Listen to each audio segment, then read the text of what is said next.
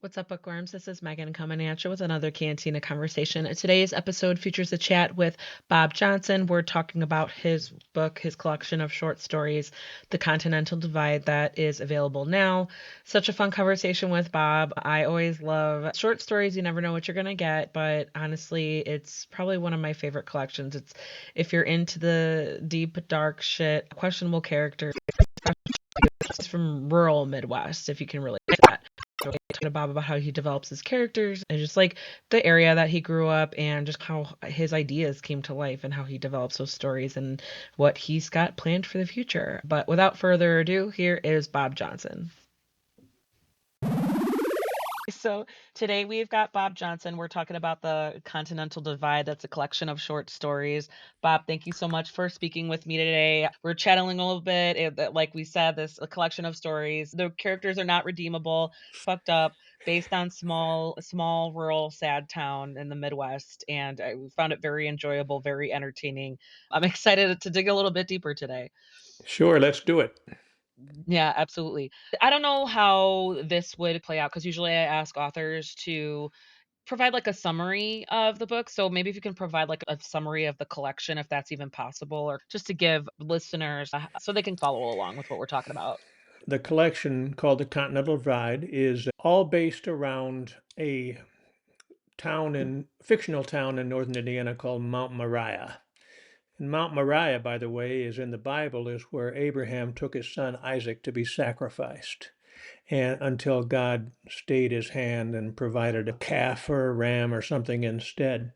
It feels appropriate to me. There's a church outside town I used to live in called Mount Moriah, and the sense of the epic confrontations between good and evil.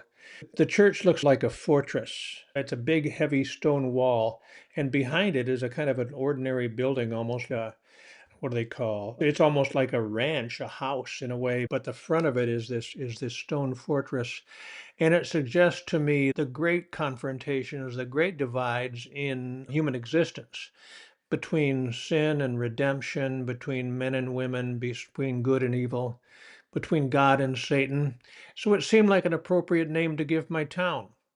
The stories, 14 of them, are all based upon characters who live in this town. Some of them recur, although it's not a novel in stories. It's not a link collection in the traditional sense. But some characters do recur. And I hope that the town and the vibe and the maybe the milieu, the spiritual, psychological milieu becomes a character itself. So in that respect, that character, the town, is in all the stories. I believe it's mentioned in all of them but one. I'm not sure. There's a story in the middle called Please, Mr. Please that doesn't mention a town name. But the characters in that story certainly are residents of that same fucked up world. Yeah, yeah, it's like in the same universe, but it's not necessarily like I definitely recognize some of those because I was taking notes like from each story so that I can remember what's going on and just to get a collective opinion. Recognizing some of those names, and I was like, "Oh, wait, what?" And so I had to add and reconnect, and some Sure. because I think one of the main ones that we continue seeing is, like, the sheriff, right, or the town The marshal. town marshal, Johnny Baker. Yeah. And I've told people in the Freudian sense of three, there's the ego, there's the id, and there's the superego. And Johnny Baker, although he is a representative of community law, government, he's a representative of government, which one would think is associated with superego, the superego in the human psyche.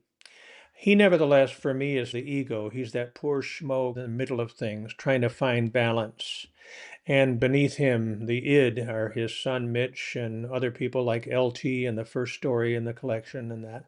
Those people who satisfy their appetites without thinking very much. And the superego is the sense of what ought to be, what should be according to government law. And poor Johnny Baker is there in the middle trying to balance his own life against these forces coming from above or below. Yeah, yeah, I could tell because there's some stories, like, where he's like, his son is directly involved and his impartiality is a little bit his diligence to his job is, like, being questioned, but nobody kinda wants to directly ask him, and he knows it, though, because it's such a small town, and he knows what type of person his son is, so he is I got the impression that he was familiar with what other impressions of him, Yeah, of townspeople his son. confront Johnny and say, "You're not going easy on this kid just because it's your son, are you?" And Johnny says, if I remember right, he dares a man to ask that question again. Johnny's a big man and he doesn't take any shit. Yeah. But in the end, Johnny's toolbox, the toolbox that he always dips into, doesn't, he can't find the tools necessary to deal with Mitch and what happens. Yeah, yeah. Just with the whole, like, the overall theme is how you were saying, like, good versus evil, and it's just the human condition and just how humans just interpret their situations, and it's almost like a vicious cycle. Like, we all know that, where we're bred into our environment, and there's only so much that we can do to fight against our environment in this cycle, and it's like we keep repeating it generations after generations, and especially if your family is just settled in this town where they're in their ways and there's certain thing, and it's multiple families that are generations and generations of they know if they know your last name, they know all they need to know about you. And it's just it's tricky and it's hard, but that's I think what made this so powerful because it's like what could have been, right? If these individuals, and it's not just them, it's like the people who try to love them. It's the people who try are like their families and who try to like some of these I wanted to root for, but then I was like, I don't know, man. I'm just gonna see how this unfolds because this is I don't even know. I'd like to argue with you gently in that Oh, no, that's okay. I think some of my characters are redeemable, but they're running out of chances to redeem themselves. Like, for Yeah. example, in Man on the Tracks, he is a man who is given to his temper, and his temper has gotten him in trouble. It's gotten him fired multiple times. He's lost his girlfriend, he's lost his home. And now he's in a situation where he might have a job or might not have a job somewhere in Iowa. But he runs into a man, he runs into a waitress, he runs into a cook in a diner where his temper wins the day again. As you say, it's a vicious cycle. He is who he is. My wife likes to talk about various people as being, if you cut them in half, they are who they are down to the very middle. And I think, unfortunately for Perry in The Man on the Tracks, that's what he is. Mhm. But we want him to be okay. We want Maisie in The Half Hour to be okay. We want Joetta in Her Precious Things to be okay. Even Edith in the first story. And I don't want to give Oh, away yeah. what happens, but even No, that, Edith. like, that you set the tone with that one. I was like, I would say, like, I have 2 small boys, like, 4 and 7, and I'm just like, that one hit me, like, on that level, and I was just like, "Okay, like, no we know what we're gonna get into for the rest of the collection." It was It that set the one hit table. yes. Yeah, it set the table, didn't it? It's my favorite story, although I like some of them, some of the other ones very much. I like the last one. I like The Devil's Age, where Johnny has to come to terms with who Mitch is and what has happened. Yeah. Yeah, and I like some of the titles too, because it's go the Devil's Age. It's like where you're more, from what I remember, you're most susceptible or you're most like impressionable, and it's like that in between time before you're like you're coming either from adolescence and where you got to start thinking about your life and start making moves. Yeah, I like to say, and in that story, and I've always thought this is true, in that story, Mitch is 17, and Johnny decides that 17 is the devil's age. When you're 16, you're still a kind of a mama's boy, you're still wet behind. When you're 18, you're out of school, you're thinking about college or a job. When you're 17, all bets are off. It's the devil's age. It's the time, as you say, that you're most susceptible to sin and violence. I think that's especially true of boys. I think boys are more inclined that way at that age than young women are. I could be argued with on that front. Girls have their own devil's age. Yeah, yeah, maybe it's a little bit younger, I don't know, because I just remember I wasn't a perfect teenager, but I think I gave off the facade that I was, so when I got in trouble a couple times in high school, and that's when I think some adults were a little bit surprised, but I think they were even I heard what people said about me, they were like, "No, she's a good kid, but she hangs out with the wrong people." And I'm like, "Those are my friends. What are you talking about?" Yeah, I I was get just it. I get with those people, and it's I still speak to them, like, I'm still friends with so many people that I hung out with in high school. We've all got, like, families and stuff. We were just, like, all the same. I think just looking at their circumstances, I think that they were just more noticeable in some of their or they were just judged easier. I don't know. Or maybe with the way I was judged, that was just a part of who I was, like the facade I put on. But it's yeah, it's tricky and it's I like exploring that the age how age comes into it. And At 17, you're in so many respects, you're grown up.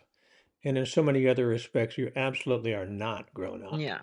But you Yeah. don't know that at the time. As Yeah. 17 was a devil's age for me, for sure. I did a lot of really stupid things that I look back now in my dotage here in my old age, and I think, who was that kid?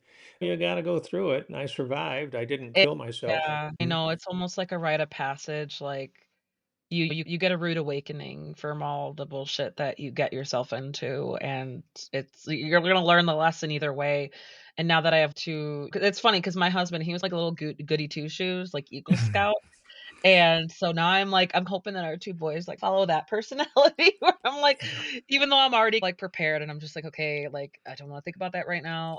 Just, like, take one day They're going to go their own way, and there's a whole lot you can do about it. What I always yeah, say to my son, my two boys, and about my grandchildren, their children, I say, you plant the seed of kindness and goodness and that sort of thing, and you have to stand back and let it flower. And yes, it does. I'm seeing that in my grandchildren. The very seeds that were planted of kindness and politeness and being inclined to do good things for people who are, to not be bullies. I'm seeing yes. that in my grandchildren who are 12, 10, 11. Oh gosh, that's tricky age too. Sure. That's middle schoolers are assholes. They, like, Oh, don't they can be so mean.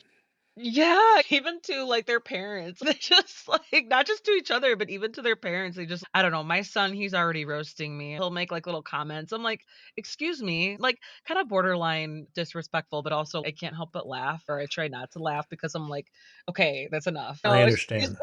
Of course, I've seen all that, of course. yeah, yeah, it's just yeah, that is a rough age that I'm also not looking forward to because it's just and it's when I speak to all these different authors and I spoke to a like a child or adolescent therapist and we were speaking about that. He was like, their attitude is you don't know what I'm going through and they're wrong, but they're also right. They're like, you've Yeah, been through your version of it.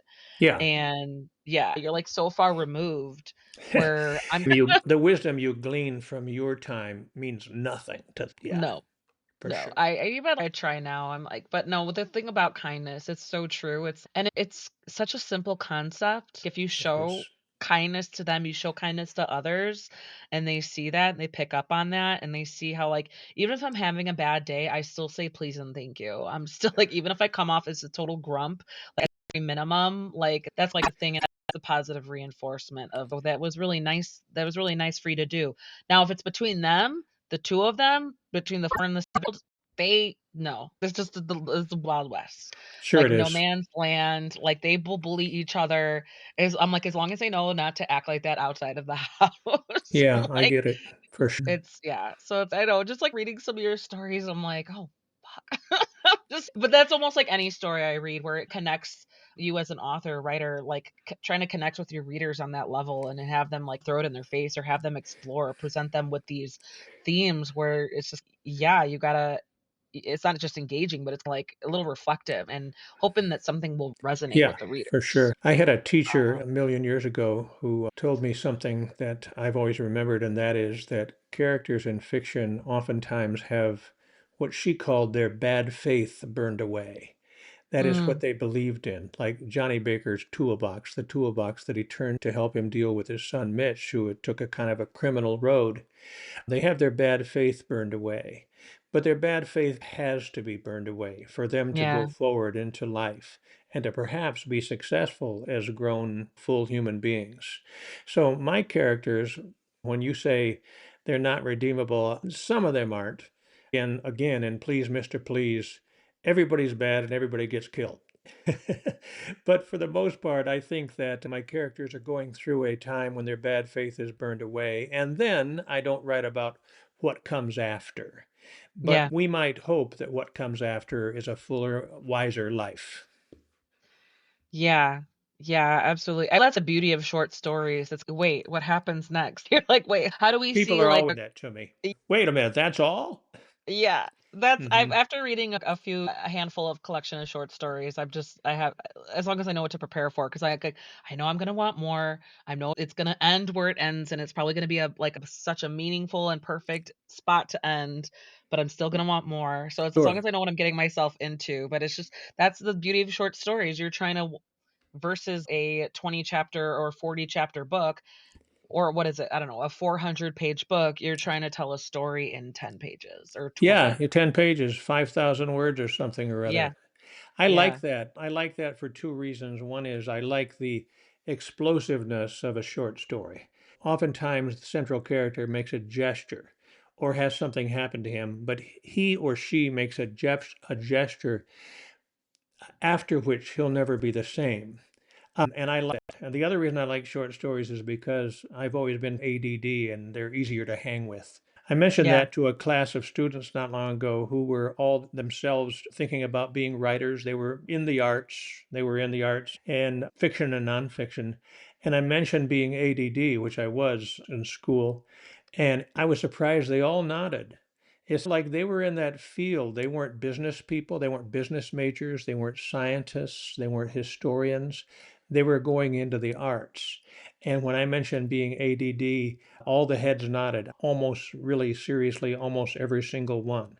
They identified with it right away. Or I also love the idea that today's generation, or at least the ones that are coming of age, like 20-year-olds, Sure. I think it is amazing how much more, like, self-aware they are and Yes. unapologetic. Like, my niece, she's just turned 21, and just some of the things were like, I just feel so like, I've always felt comfortable kind of explaining things to her, but, like, the fact that she's just so understanding, like, how I see the head nods, I see the nonverbal cues where she's, "Yeah, absolutely," or she's not afraid to just say, "I'm not into this," or "I don't like this," or, Yes. like, Right. she just feels so comfortable, and I love that, and I appreciate that so much, and I think it's so interesting to see that generation just be like, "You know what? Yeah, I'm like, we're owning it. Like, I'm owning Yeah, it." And I think that's a valuable evolution. I think it is. yes, I see it too. I'm a whole lot older than that, but I see it too.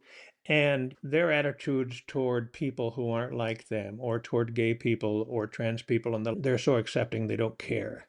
It's you mention it being an issue, and they're saying, "What? It's not an issue. It's no. It's fine. It's cool. yeah, It's who they are." yeah, 'cause I Yeah, I think grew up in generation the yeah, I grew up in the 60s, and whereas what I was it? was probably somewhat Still was it progressive. Stonewall riots? Yeah, it was around then. And whereas I was maybe moderately progressive as a kid, not in every respect, I nevertheless don't remember anything like what you describe. We were so strictured by communal attitudes and what we Yeah, were allowed to say and not yeah. say. Yeah, and I think that's just yeah, like the hive mind. You don't it wasn't it was less you weren't I don't wanna say people were less confident, I think they were just less encouraged to be that louder lone voice, Oh to no, be yeah, like, exactly, "Yeah, exactly. what's the problem?" If Yeah. you had a voice like that, you kept it to yourself. Absolutely. Yeah, and it's so crazy, like, going I think that's so fascinating that someone in your generation was like, has just you look on your collective experiences and what you've witnessed and how you see the society's, like, point of view shift, and Yeah, I think and, like, I appreciate that you're being honest where you're just like, "No, in some things I was progressive, at least progressive for that time," sure, sure. versus but you're saying, "No, sometimes in some respects I wasn't," and I appreciate that. My parents, of course, my dad was born in 1911, my mom was born in 1920, and they were Republicans. And yet, you never ever heard the N-word in my house. And if I uttered it, if I had brought it home and said it, I would have been punished. That's unusual for the time in a small town in Sure. northern Indiana. But it was the way it was. On the other hand, I remember my mom saying to me one time, Oh, they can go to 9 out of 10 beaches and they can't go to the 10th and they complain about it. And they march about it. I grew up with that too. Mm, Says they, she means black people. So yeah. yeah, it was a whole different time. Yeah, and it reminds me of my dad too, where he's about homosexuality. He admitted to me, he was like, "I used to not be okay with it, but I don't feel like that anymore." He's, "I don't feel that way anymore." And I'm like, I Yeah, love that self-awareness and that it shows that he's just people who are like, "Yeah, you know what? I changed my views a little bit. I recognize some sure. things." And I think that Absolutely. it's so important. I love it. Let's get back to your book though, because Okay, let's do. I feel like we could just go off on tangents and I want to respect our time. Maybe backing off of that, this was, like, your first published collection, right? Because 'Cause you've had your stories featured in other publications I've like had a that? number of stories published, but this is my first collection. Yes. Yeah, so can I wanna explore, like, your experiences with that. Was there any like, what stood out to you? How did you prepare for it? Like, any big lessons learned, stuff like that? How did I prepare for the collection or writing in general? Yeah, like, well, this was I'm guessing this was a whole new, like, experience for you. It was. I graduated from the Iowa workshop in 1979, and that was a little while back. And I worked in commercial television, and I did some teaching, but mostly I worked in commercial television after that because I had to make a living. During that time, I almost never wrote at all. But then when I got back to writing after retirement, I discovered that I was writing all of these stories about, for a time, Mount Moriah had a different name, but I took Mm, on Mount Moriah finally. I settled on that. And I was writing all these stories from that kind of world. And before long, I said, I got an agent. I went to Kenyon, the writer's summer workshop, a couple of times. And I went to Breadloaf 4 times in Vermont. And I realized that I had pieces that fit together. They don't fit together in, as I say, in a novel in stories like Olive Kittredge, for example, but they do come from the same world, and I began to believe that I had a collection. And the agent at the time, we've parted company, but it was an amicable parting. She couldn't sell the collection to the big presses, and she blamed what she called the zeitgeist. And a short story collection is hard to sell. It's hard to get published. Novels are what gets published. And a which is a short shame collection because I feel like is a there's shame. so much appeal in short stories. And also novels by a a person of my gender and a person of my age and a person of my ethnic background. Yeah, it didn't exactly hit the sweet spot. But then I was able to find my way to the small press that picked me up, Cornerstone, and that took off. And then I don't know if the collection was rather reviewed in the New York Times weeks Awesome. ago. And a new agent has come about, and we're exploring. He wants me to write a novel, and I guess I'm writing a novel. That's next. You could do it. You No, could I do can it. do it. I can do it. It's a new challenge. A little bit at a time is what I tell myself Yeah. because I'm 4,000 words in right now to my novel, and I only have 60,000 to go. What's the big deal? What? Just yeah. Just who Yeah. cares? Just it's like you just have a to-do list and you're like, boom, I'm rocking it. I'm Yeah, rocking. and 700 words a day, and goodness Yeah. gracious, in a matter of weeks, you're there. No, it's going to be big. Yeah, Yeah. No, that's a even though we're joking around, that's a healthy outlook. That's a healthy outlook just to be like, you know what, just take one day at a time, take 1,000 words at a time, whatever is your process. But that'll be like really interesting for you, I think, to what you're used to and taking that with you as you're doing this new project. yeah, it definitely will be a challenge because as far as short stories go, I don't exactly plot those out, Mhm. draw an outline before the fact. When I was younger and I'd write a story, I sometimes knew where it was going distinctly. I sometimes knew the final line, the final sentence, and I would aim toward it. I was Mhm. driving a truck down the road, I'd aim toward it, that gas station, that whatever at the end of the road. But I don't do that now. I don't plot them out. I go where they take me. Yeah. I go where the characters take me. And I really believe in that. I believe in following your nose. I don't think that's going to be as easy to do with a novel. If I follow my nose, I might find myself in a deep thicket, just wandering around lost, wandering in circles. I can't do that. So Even if you're a pantser, I know a lot of people who write novels who take that same approach. They're a pantser. They, like, still follow their intuition and where the story's going, or they let their characters tell them Yes, where for what sure. needs to happen. I would still and I like I know anything about giving writers advice, but I'm saying do what you do, or you could also try something new and outline, and if that scares you, just go back to your go back to your other Well, method. have you ever heard of the book called Save the Cat? It's No, I Save the have not. Cat. It began as a book about writing screenplays. And it was called Okay. Save the Cat. And I can't remember what Save the Cat as a title comes from. I can't remember its origin. But then the author of Save the Cat went on to write one for novel writers. And it gives you all the stages to go through. You're going to write the opening, you're going to write the opening, you're going to set the stage, you're going to introduce the hero, you're going to introduce the hero's friends. There are points along the way and they're called beats, and their points like one of them is called the darkness of midnight or something like that. Something else is called all is lost, and that the author goes through movies that we all are acquainted with. Like for the one, it's Bridget Jones' Diary, and we follow the beat. That structure, it strikes me as a very dry and I was academic gonna say I've never way. seen it. I don't have any Yeah, desire to watch it. very dry and academic way to write a novel. Sure, On yeah. the other hand, when a sculptor starts, doesn't the sculptor he makes everything out of coat hangers, correct? And then he adds clay to it.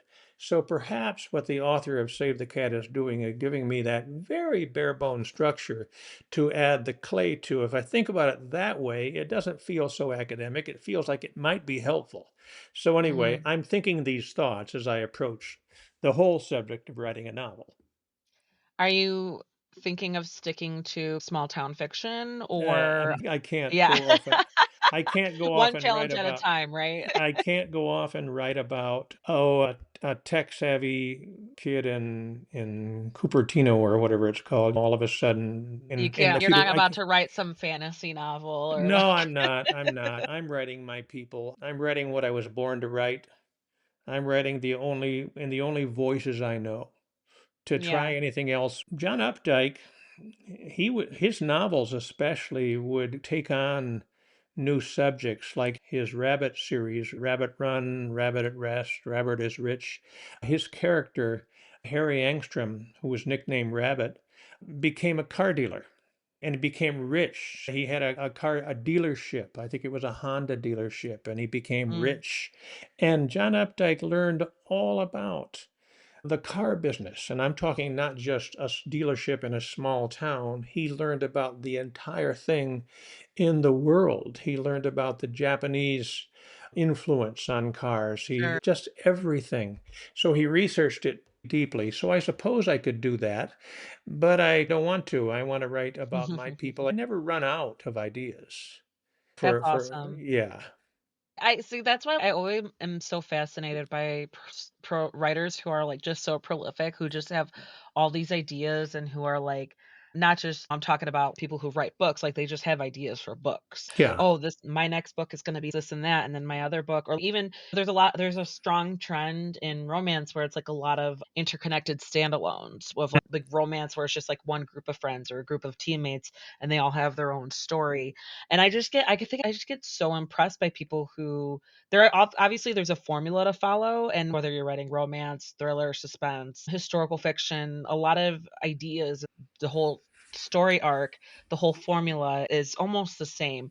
But I think I just get so impressed by people who are like either plot it out, but then they have the dialogue and they have the plot and they have callbacks or Easter eggs and Yes, right. foreshadowing and Right. all of that over 5 book series. And they build the loyalty like that. So I just get so impressed by like when you say, "Oh, I've got so many ideas," I'm like, just them away, write them down so that you can come back to them later. Flannery O'Connor said that anyone who survived a childhood has all that he or she ever needs to become a writer.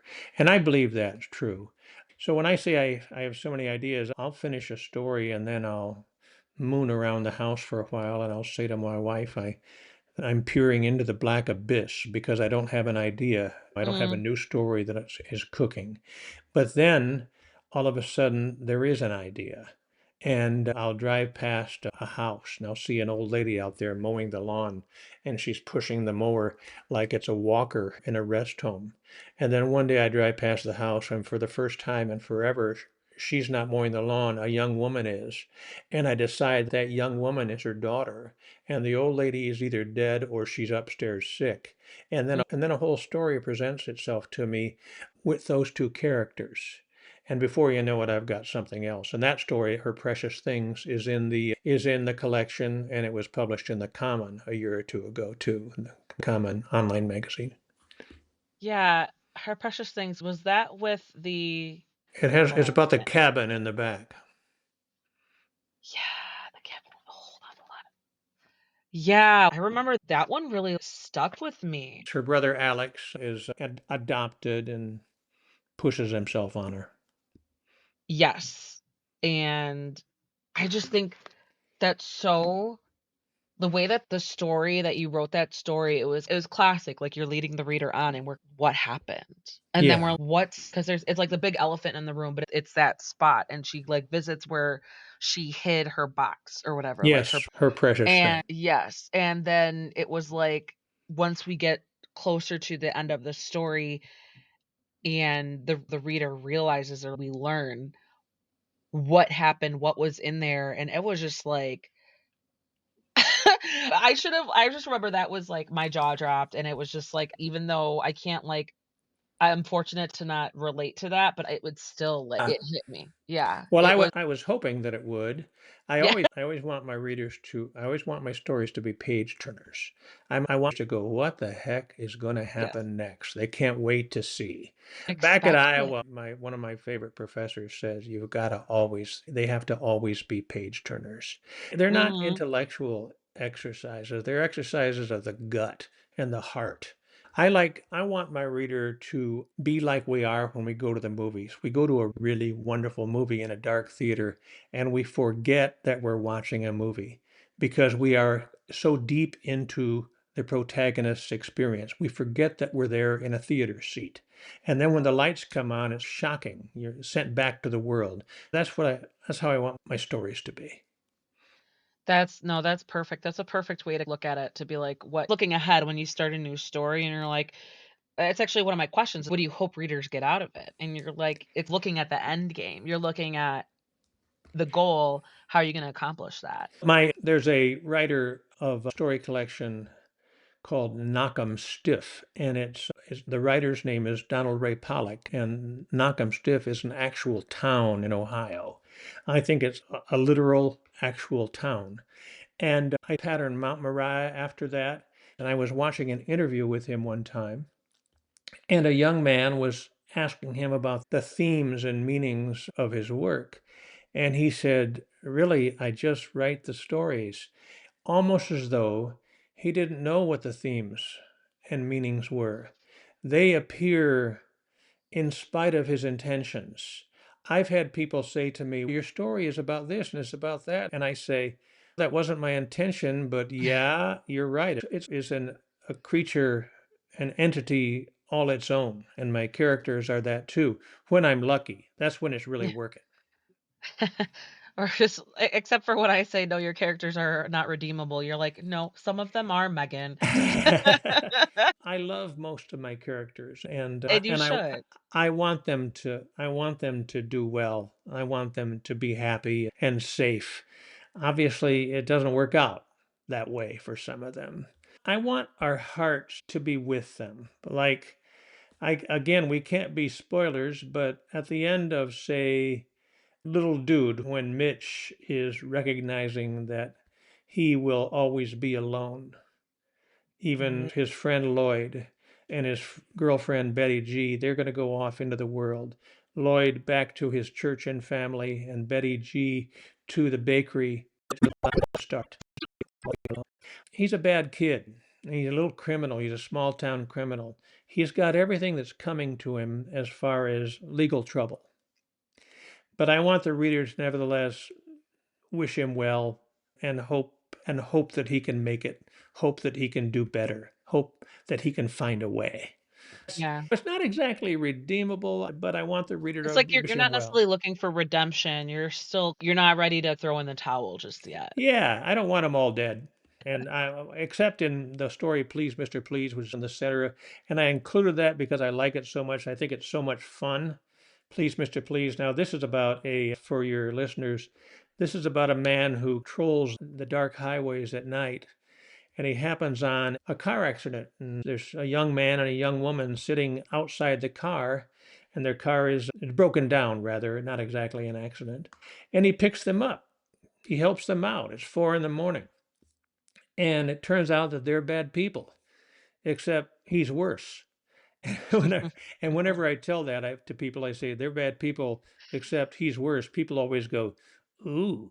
They're always very excited. They want to read it. That's the hook, yeah. Yeah, exactly. I love it, I love it. Going off of the big old theme, like, how do you navigate those sensitive topics and, like, the troublesome content warnings, trigger warnings, or potential trigger warnings, I should say, stuff like that? Do you just go with kinda what you're feeling? Like, how?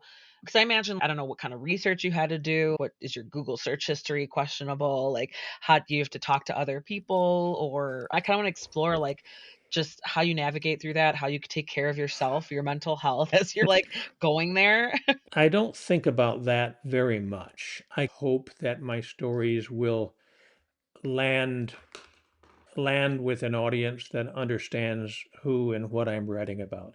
On the other hand, I will confess that, for example, in the first story, The Continental Divide, Edith, the old lady, imagines where the water flows when it flows down the south side of her property, and she knows it flows south toward the Gulf of Mexico, where moss and copperheads, snakes hang from the trees, and old ladies dance to voodoo.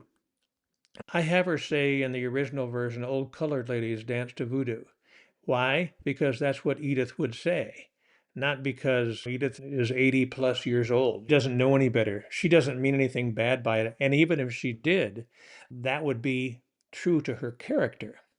But I took that word out. You ask about trigger warnings, you ask about that sort of thing. And I took that word out. Old ladies dance to voodoo music. And I let the reader make his or her own conclusions as to what kind of ladies in the South dance to voodoo music. And those ladies would perhaps have Haitian backgrounds or Jamaican backgrounds. They would draw their own conclusion. So every now and then I think about it, but I don't think about it very much. If I Well, do did you think I imagine, like, maybe you have editors or beta readers who are like, "This might be problematic." I have that occasionally, very every now and then, but I mostly have my own internal editor on that subject. If you read the story, Tell Me About Bobby Kennedy, toward the end of the collection, there's an old man who polishes golfers' muddy shoes. He cleans up golfers' muddy shoes. I think his name is Abner. I say he's the grandson of sharecroppers. I give him a certain patois, a certain Creole patois, but I never once say that he's black. But Right. so often in the rich people's golf clubs where an old man would be in the locker room cleaning the shoes, so often that would be a black man. Not always, but often. And so I do have to think about that stuff, but I've been around the block and I've had editors and I've had friends and family who have said, yeah, maybe you should be careful here. But I think I have my own internal editor that keeps me out of trouble. It certainly didn't stop this book from being published. I didn't have Sure. anybody after it was accepted, I didn't have anybody saying, now this line is maybe somewhat problematic. I don't know.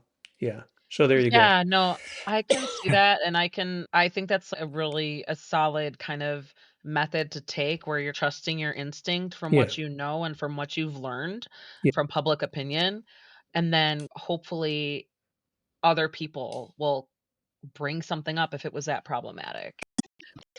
modeling readers, but you also don't want to be insensitive and you don't want to be out of touch and you don't want to, it's like a fine line because you want to stay true to the authenticity, but then you also don't want to just be like, oh, I can't say this because, but you like how you said, you have to find that, oh, he had a Creole look to him or a Creole accent or whatever. It's like you find other ways because I think that's more respectful because it's like you're not just saying black because that's like what people back then, they would just see the skin color and they wouldn't care. Yeah. I'm not from Africa. I'm from the Dominican Republic, and where who Sure, they have very dark skin, or Haitians. sure, sure. Yeah, so I think that's a very smart move by your part to change those like descriptions a little bit. So exactly like you said, where readers can interpret themselves and they can Yeah. understand that. Yeah. Yes. I do that now and then. Yeah. I no, I so appreciate that, and I think that's just, a tribute to you just learning public opinion and learning the overall perspective of reader trends, and not just I don't wanna say trends, but picking up on things that might be problematic Yeah, or that for might. sure. I am aware of it. I'd like to say that I write what I write, and I don't, and that's nobody's business. But yes, it is. It is my reader's business. So You think wanna about it. sell your book, right? You want Yeah. people to read your Hmm. stories, and they're not Yeah. gonna if they see your name attached to something that's a litlittle bit out of touch, it's yeah. Yeah, for sure. Just a couple more questions. So I always ask this. It's a two-parter because I really enjoy learning authors' answers. What were the most challenging parts or stories to write? What were the most enjoyable parts or stories to write? Interesting. I often find myself writing from a woman's perspective, and I don't know exactly how I got on that, doing that.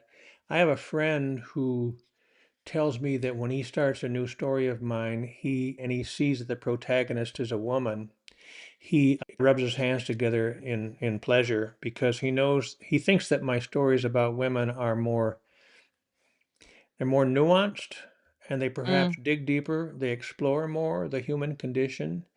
He's inclined to think that my male characters I set up and punish. I punish them for their toxic masculinity. I punish them for their selfishness. I punish them for their mansplaining, that sort of thing. And he says I'm inclined to punish my male characters. I'm inclined to explore what goes into making my female characters. And I find that very interesting, and I think that he might be onto something. Maybe because I'm digging into characters who are outside my own experience and my own skin. It causes me to explore. It causes me to think hard and question more. yeah. So perhaps in a certain respect, what's hardest and what's easiest for me is almost like the same question. Writing about women from women's perspectives, I of course goes back to what we were talking about just a minute ago. I have to be careful. I can't say dumb things.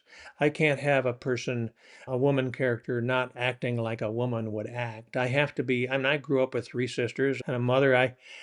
When I've lived a life, it's not, I've been married twice. I'm married, happily married to my second wife. I have, I have insights into the female condition that I think are authentic, but I still have to be careful. I still have to think about it. I still have to be true. So in that respect, I think my friend's read on me is right. Writing from a woman's perspective pushes me to perhaps go deeper into the human condition. I enjoy that. I think it might be easy for me to set up my male characters and knock them down. I think it's fun, but perhaps a little too easy. So I hope that Yeah. answers your question. It does. Like you're more confident and comfortable in like just doing whatever you want to the male characters, but maybe it is the female characters you're a little more curious and you want to get it like you're a little more, I don't want to say self-conscious, but you care a little bit more about exploring and getting it Well, right because for men you have a good understanding yeah, of and perhaps yeah. I'm too quick. I'm too quick to go where I think they'd go. But if I could give you an example, in my story, The Half Hour, Maisie Bates, slapped by her husband, and he has, prior to this time, he's shoved her and the like, but he's never slapped her. And now she knows that she's going to go out shopping or taking her child for a haircut, or she's going to go out with a bruise on her face. and this is a bridge too far. And several things unfold, but she turns and she knees him in the groin. She knees him in the crotch. And he falls to the ground, clutching himself and his face all white and all. And in my first version, I had Maisie looking around for something else to hit him with. She was looking for a utensil or something that she could hit him while he's down. I shared that with a woman friend of mine, a novelist, and she says, no. She says he is a danger to her. She would get the fuck out of there. She would cripple him and get the fuck out of there. There's no way that she'd stand there looking for something to hit him with. Yeah, I have to listen to that voice, and it made the story better. Yeah, like, especially because 'cause she's got the baby at that point, right? Exactly. She's gonna have from this Yeah, situation. yeah. And that was a much more authentic resolution to that moment.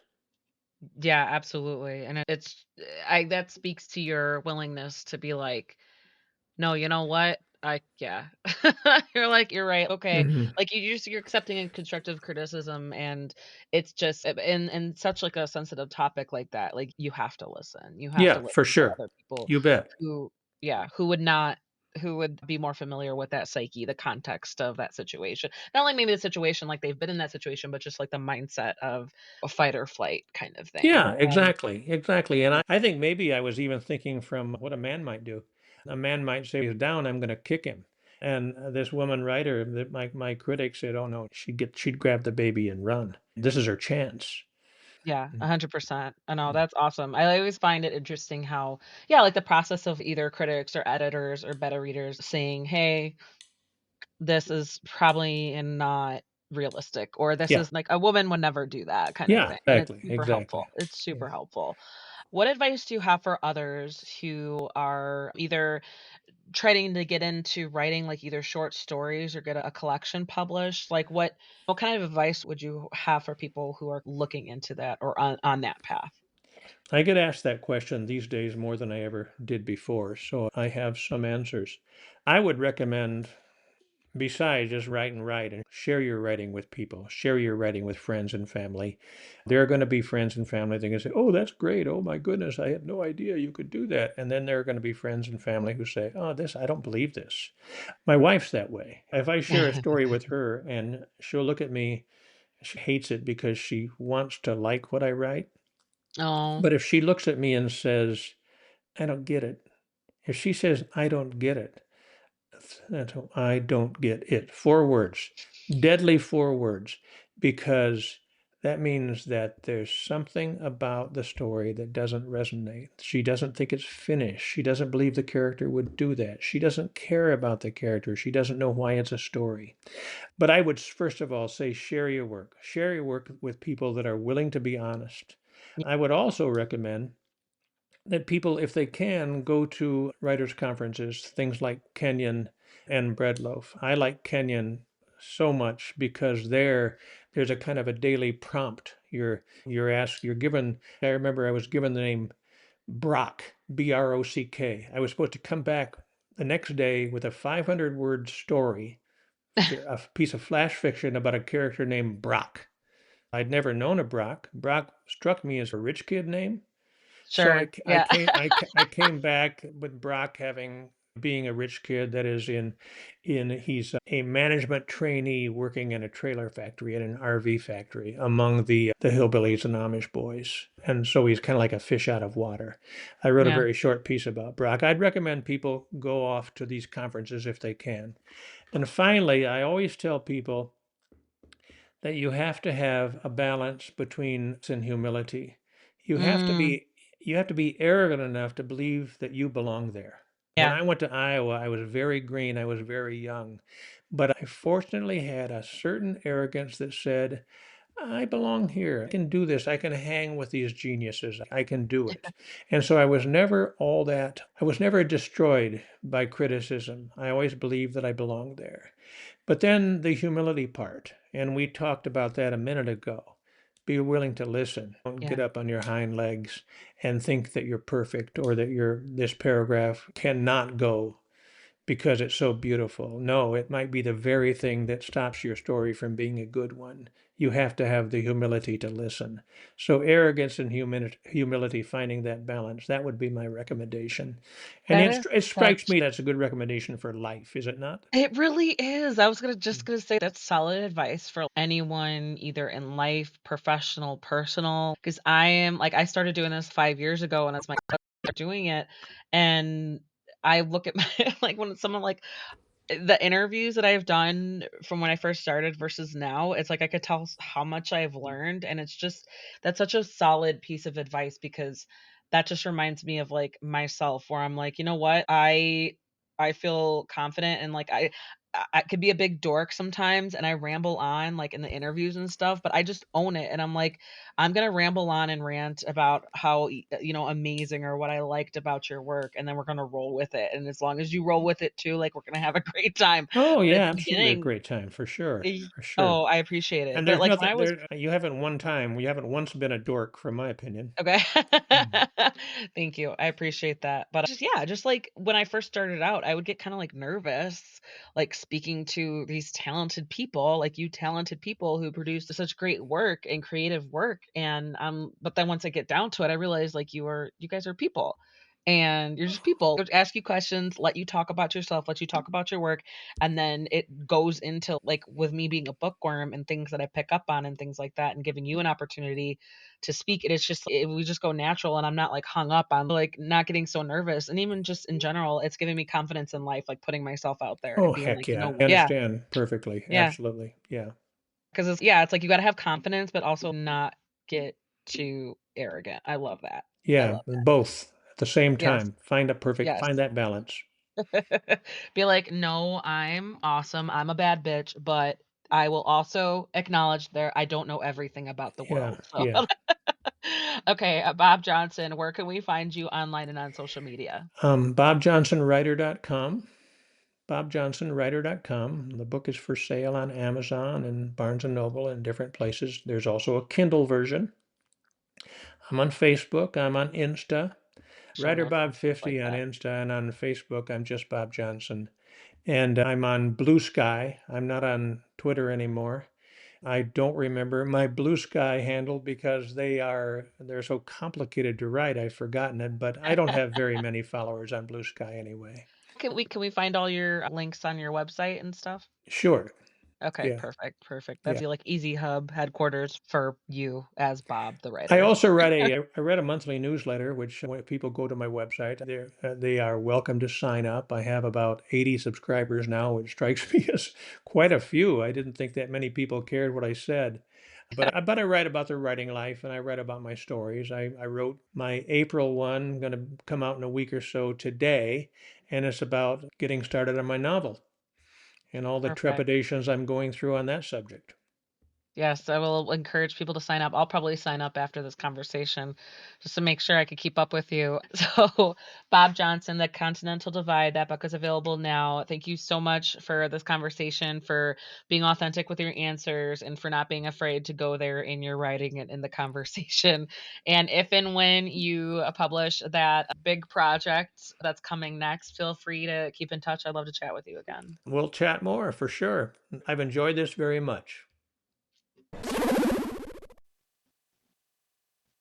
And there you go. That was Bob Johnson talking about his collection of short stories, The Continental Divide, that is available now. Check out the show notes where you can find links to purchase the book and to find Bob online and on social media. Find Cantina Book Club online and on social media while you're at it. I'd really appreciate it just so that you can stay up to date with any authors that are coming up or book reviews. CantinaBookClub.com if you need book recommendations, or you can just reach out to me directly. I'd love to suggest you books that I've read and authors that I've read, either whatever genre you're looking for. I have no problem with recommending books. And I'm also building up the Patreon. So if you're interested, you can subscribe for as little as $1 a month just to help me out and to support the show. But either way, as always, thank you guys so much for listening.